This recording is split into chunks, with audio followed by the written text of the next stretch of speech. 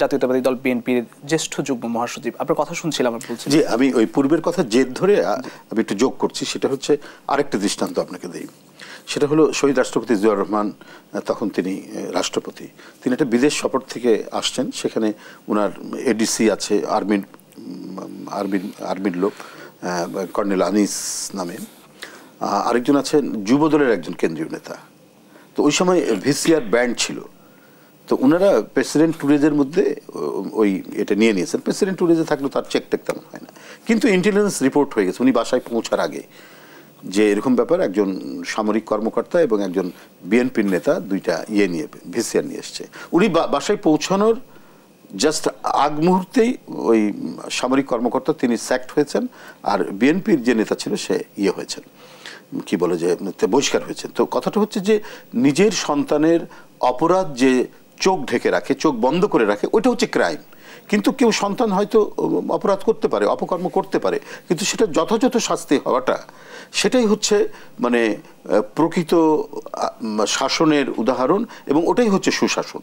হ্যাঁ, এত বড় দলের মধ্যে কেউ অপকর্ম করতে পারে, চাঁদাবাজি করতে পারে, আপনি যদি ওটাকে যথাযথভাবে আইডেন্টিফাই করে তার যদি শাস্তি নিশ্চিত করতে পারেন, তাহলে আপনি সুশাসক, তাহলে আপনি একজন ভালো নেতা। যে কাজটি এই সময় এই 15-16 বছর যে ছেলেটাকে বহিষ্কার করা হচ্ছে বা সে হয়তো এই 15 বছর অনেকবার জেল খেটেছে, নিপীড়িত নির্যাতিত হয়েছে, কিন্তু তার ওই কাজের জন্য তাকে কিন্তু কোনো রেহাই দেওয়া হয়নি, স্পেয়ার করা হয়নি, তার বিরুদ্ধে শাস্তি হয়েছে। এবং এখানে অনেক গুরুত্বপূর্ণ সিনিয়র নেতারা পর্যন্ত রয়েছেন, তাদের বিরুদ্ধে এই ব্যবস্থাটা নেওয়া হয়েছে। জি, আমার হাতে একদম সময় কম। আপনাদের ভারপ্রাপ্ত চেয়ারম্যান জনাব তারেক রহমান বলেছেন যে আগামীতে স্বেচ্ছাচারী হতে পারবেন না যিনি প্রধানমন্ত্রী হবেন, গণতান্ত্রিক দেশ গড়া বিএনপির অঙ্গীকার, এমন কথা বলে রাষ্ট্র সংস্কারের 31 দফা আপনারা আগেই দিয়েছিলেন, এখনো বলছেন।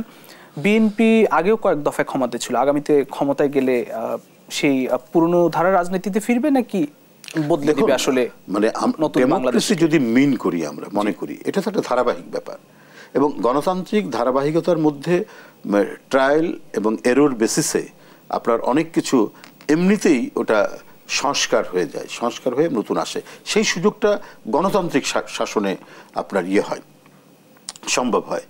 সে মার্কিন যুক্তরাষ্ট্রের আর্টিকেল অফ ইন্ডিপেন্ডেন্স, মানে ওটাই ধরেন যদি সংবিধান ধরি, আপনার সেই 18th সেঞ্চুরির আপনার ওদের তো 1776 সালে হলো, কি বলে স্বাধীনতার ঘোষণা হলো। তারপরে যখন এটা প্র্যাকটিস হওয়া শুরু হচ্ছে আরও 5-6 বছর থেকে ওই আর্টিকেল অফ ইন্ডিপেন্ডেন্স ধরে, তাহলে দেখুন কত ওদের ওখানে রাষ্ট্র বিপ্লব হয়েছে, তারপরে গৃহযুদ্ধ হয়েছে, কিন্তু ওর মধ্যে দিয়েই তারা ট্রায়াল এবং এরর বেসিসে কাজ করতে করতে অনেক কিছু তারা মানে আজকের যে আধুনিক একটি গণতান্ত্রিক রাষ্ট্র, সেই রাষ্ট্রে তারা পরিণত হয়েছে। আপনার যখন স্বাধীন হচ্ছে আমেরিকা, তখনও তো আপনার দাসপ্রথা ছিল, কৃতদাসপ্রথা ছিল।